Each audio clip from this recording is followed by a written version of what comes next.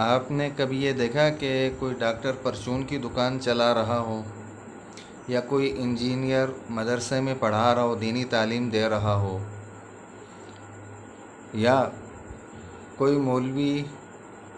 کوئی عالم ڈاکٹری کی تعلیم دے رہا ہو، یا بچوں کو کہیں ڈاکٹر بنا رہا ہو؟ ایسا کبھی کسی نے بھی نہیں دیکھا ہوگا کہ انجینئر پرچون کی دکان چلا رہا ہے، یا ڈاکٹر جو ہے وہ کہیں امامت کر رہا ہے، یا مولوی جو ہے وہ انجینئرنگ پڑھا رہا ہے یا ڈاکٹری پڑھا رہا ہے۔ کیا کہ یہ سب کی سب فیلڈیں الگ الگ ہیں، سب کے سب ادارے الگ الگ ہیں، خواہ وہ مدرسے کی فیلڈ ہو، یا ڈاکٹری لائن ہو، انجینئرنگ لائن ہو، پروفیسر ہو، لیکچرار ہو، کوئی بھی ہو، ہر کوئی اپنے شعبے کے اعتبار سے ماسٹر ہے، اور اس کو اسی ہی کے اندر کام کرنا چاہیے۔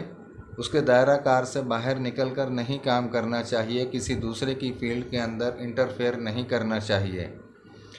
اس کا نقصان یہی ہوتا ہے کہ اس چیز کے بارے میں صرف ماسٹر جو اس فیلڈ کا ہوتا ہے اسی کو علم ہوتا ہے، نہ کہ دوسرے کو۔ جب دوسرا کوئی بندہ اس فیلڈ کے اندر انٹرفیئر کرتا ہے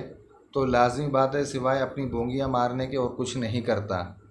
تو بہتر یہی ہے کہ ہر انسان اپنی فیلڈ کے اندر رہ کر وہیں پر وہ بات کرے، اور وہیں پر وہ اچھا لگتا ہے بات کرتے ہوئے۔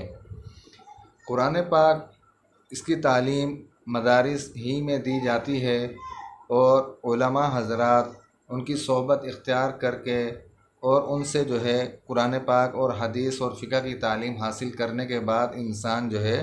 وہ کسی عملی میدان کے اندر اترے۔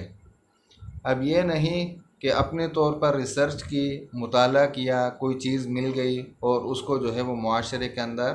اپنی طرف سے یا اپنے الفاظات کے اندر جو ہے وہ مروڑ کر اس کو جو ہے وہ پیش کر رہا ہے عوام کے سامنے، صرف ایک انتشار پھیلانے کے لیے۔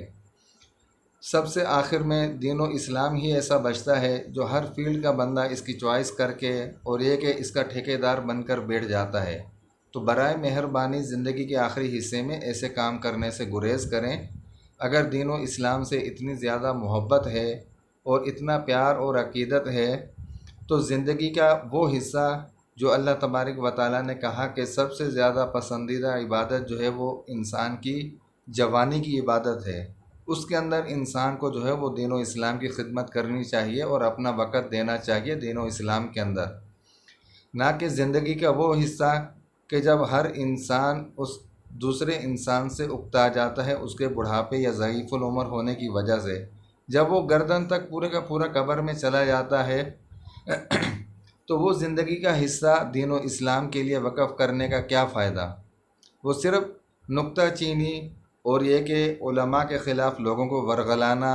اور ائمہ مساجد کے پاس جا کر جو ہے ان سے اپنے مطلب کی باتیں پوچھنا اور شریعت کو عقل کے مطابق استعمال کرنا، اور یہ کہ دین و اسلام کے اندر کیڑے نکالنا کہ یہ چیز اللہ تبارک و تعالیٰ نے ایسے کیوں کی، ویسے کیوں نہیں کر دی، ہمارے ذہنوں میں یہ چیز نہیں آنے والی۔ برائے مہربانی ایسی چیزوں سے گریز کریں۔ اللہ تبارک و تعالیٰ سے دعا ہے کہ اللہ تبارک و تعالیٰ ہم سب کو عمل کی توفیق عطا فرمائے۔ وآخر دعوانا ان الحمد للہ رب العالمین۔